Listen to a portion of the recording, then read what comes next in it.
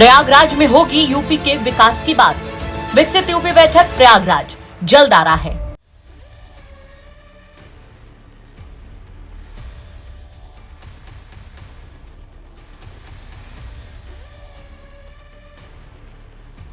नमस्कार, यूपी तक देख रहे हैं आप। मैं आपके साथ मोहित कुशवाहा।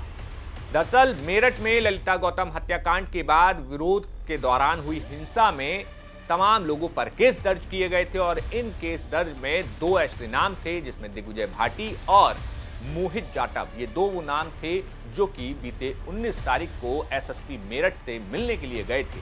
लेकिन उसके बाद अब जो है अपनी चोटों के निशान दिखाते हुए दिग्विजय भाटी ने मेरठ पुलिस पर गंभीर आरोप लगाए। लेकिन अब इस मुद्दे पर फिर एक बार सियासत खड़ी हो गई है। दरअसल आपको बता दें कि इस पूरे मसले पर समाजवादी पार्टी चीफ अखिलेश यादव ने बड़ी बात कह दी है। समाजवादी पार्टी चीफ अखिलेश यादव ने ट्वीट करते हुए कहा, किसान का अपमान देश का अपमान है। भाजपा ने किसान के मुंह पर लात मरवाकर पूरे देश में किसानों को धमकाने का जो कुकृत्य किया वो अक्षम्य है। उत्तर प्रदेश की भाजपा सरकार द्वारा किसान नेताओं पर थाने में 3rd डिग्री की मार पीट करके प्रताड़ना देना दर्शाता है कि हार के डर से वो कितनी बौखलाई है। जिन्हें भाजपा किसानों के आगे ढाल बनाकर साथ में खड़ा करना चाहती है, वो ढाल भी निम्नलिखित कारणों से किसानों के आक्रोश की आग के कारण मोम की ढाल ही साबित हुई है।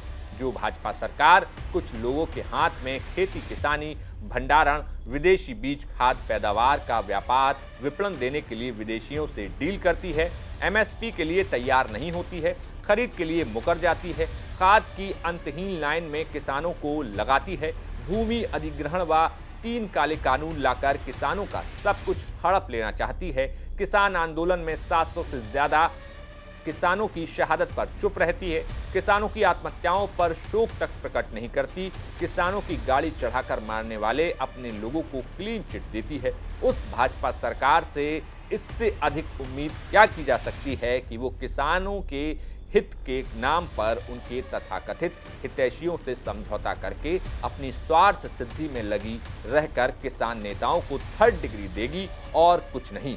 देश भर के किसान देख लें कि भाजपा और उसके सहयोगी किस तरीके से सत्ता सुख में लीन रहकर किसानों पर अत्याचार कर रहे हैं। इस मामले में गहरी जांच हो और हर दोषी के खिलाफ सख्त दंडात्मक कार्रवाई हो और बर्खास्तगी भी हो।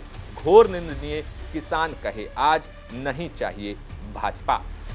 आपको बता दें कि दिग्विजय भाटी जब एसएसपी से मिलने गए तो उनका कहना है कि उनको एसएसपी मेरठ द्वारा ये कहा गया कि 40 रुपए का कुर्ता पहनकर नेता बनने चले आते हैं। ये तमाम आरोप जो हैं दिग्विजय भाटी ने लगाए। दरअसल दिग्विजय भाटी उस मामले में आरोपी थे जो कि मेरठ में ललिता गौतम हत्याकांड के बाद परिजन जिस तरीके से विरोध प्रदर्शन कर रहे थे, उसके बाद सड़क जाम करने के बाद वहां पर जो हिंसा हुई, उस मामले में दिग्विजय भाटी और मोहित जाटव का नाम उस मुकदमे में लिखा गया था और उसके बाद जो है उसमें उनको जमानत मिल गई थी। लेकिन दिग्विजय भाटी का कहना था कि वो उस वक्त वहां पर मौजूद ही नहीं थे, इसलिए वो एसएसपी के बुलाने पर उनसे मिलने गए हुए थे। तो ऐसे में उनके साथ एसएसपी और पुलिस के द्वारा अभद्रता की गई और मारपीट गाली गलौज की गई, जिसके बाद उन्होंने तमाम ये आरोप लगाए हैं। लेकिन बड़ी बात यह है कि इस मामले को पुलिस की तरफ से एक्सीडेंट बताया गया है। उनका कहना है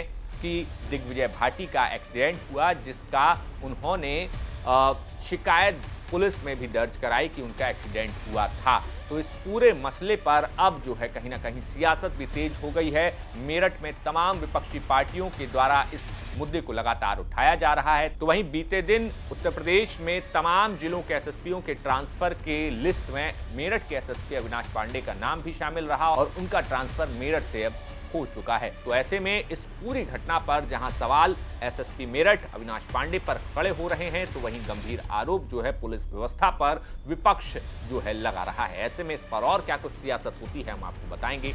आप देखते रहिए यूपी तक। शुक्रिया।